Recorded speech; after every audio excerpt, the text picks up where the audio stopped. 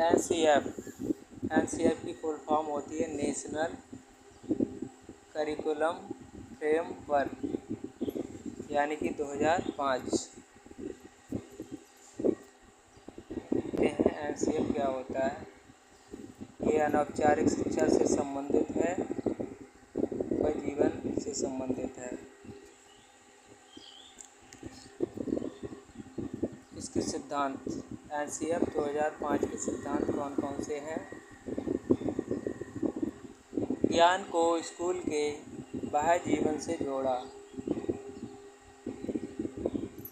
ज्ञान को स्कूल के बाहर का मतलब होता है बाहरी जीवन से जोड़ना, इसका सिद्धांत है।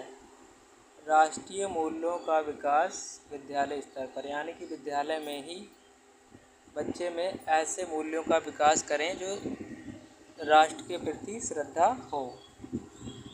रटंत्र प्रणाली मुक्त, यानी कि जैसे कि आजकल की शिक्षा है जो रटंत्र प्रणाली पर जोर देती है, मेमोरी बेस्ड, ये नहीं होना चाहिए। अंडरस्टैंडिंग बेस्ड होना चाहिए, व्यवहारिक होनी चाहिए। पाठ्यचर्या पुस्तक केंद्रित ना हो। विद्यालयी शिक्षा में विभिन्न गतिविधियों का समावेश, यानी कि विभिन्न गतिविधियों को शामिल किया जाना चाहिए जिससे कि बच्चे का संपूर्ण विकास हो सके। सुझाव, एनसीएफ ने कौन कौन से सुझाव दिए हैं, यानी कि कौन कौन से सजेशन दिए हैं? बालक सक्रिय है, स्वयं अधिगम बल, यानी कि बालक सक्रिय रहता है इसलिए उसे स्वयं अधिगम खुद करके सीखने दें। अधिगम यांत्रिकता का मतलब होता है बार बार ना हो, मतलब कोई गलती हो वो बार बार ना हो। सीखना सामाजिक गतिविधि है, सीखना क्या है? सक्रिय है। सीखने को भय अनुशासन से मुक्त आनंदमयी बनाया जाए। प्राथमिक स्तर पर पाठ्यचर्या कैसी होनी चाहिए? सभी गतिविधियों को महत्व दिया जाए, भाषा और गणित पर आधारित हो। बहुभाषिकता त्रिभाषा सूत्र पर आधारित है।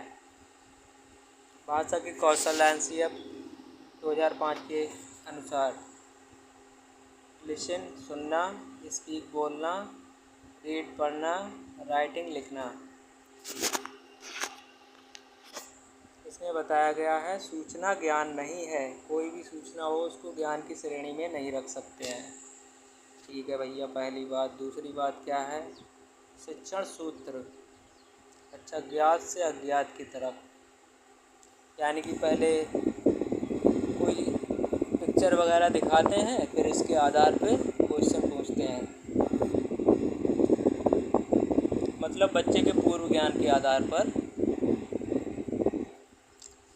मूर्त से अमूर्त, ठीक है। मूर्त का मतलब कोई चीज़ दिखाना और अमूर्त का मतलब होता है उस चीज़ की कल्पना करवाना।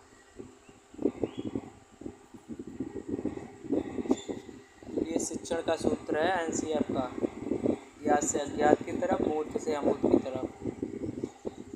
अच्छा, सजा पुरस्कार भाव सीमित होना चाहिए, पुरस्कार का भाव सीमित हो। एनसीएफ 2005 के अनुसार समावेशी शिक्षा का योगदान, क्या योगदान है भैया?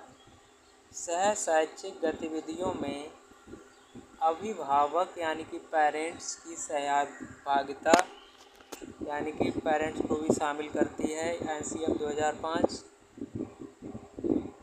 बिग बुक्स एंड सिलेबस, यानी कि ज़्यादातर पाठ्यक्रम और मोटी मोटी किताबें इनको क्या करती है? असफलता का प्रतीक बताती है। मूल्य वातावरण स्थापित हो, मतलब बच्चे को अपने समाज या वातावरण से मूल्यों को सीखने की स्वतंत्रता दें।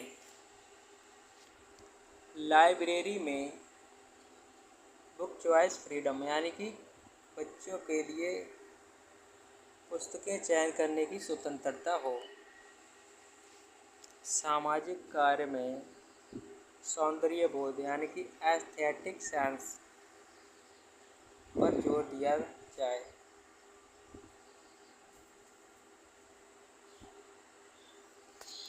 एनसीएफ 2005 के अनुसार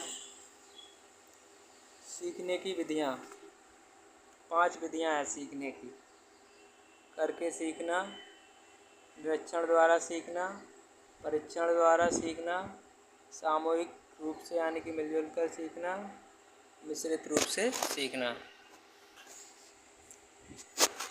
तो हमारा एनसीएफ का टॉपिक कंप्लीट होता है। इसको अच्छे से रिवाइज़ करें, आगामी एग्ज़ाम में आपकी बहुत हेल्प करेगा। तब तक के लिए धन्यवाद एंड टेक केयर।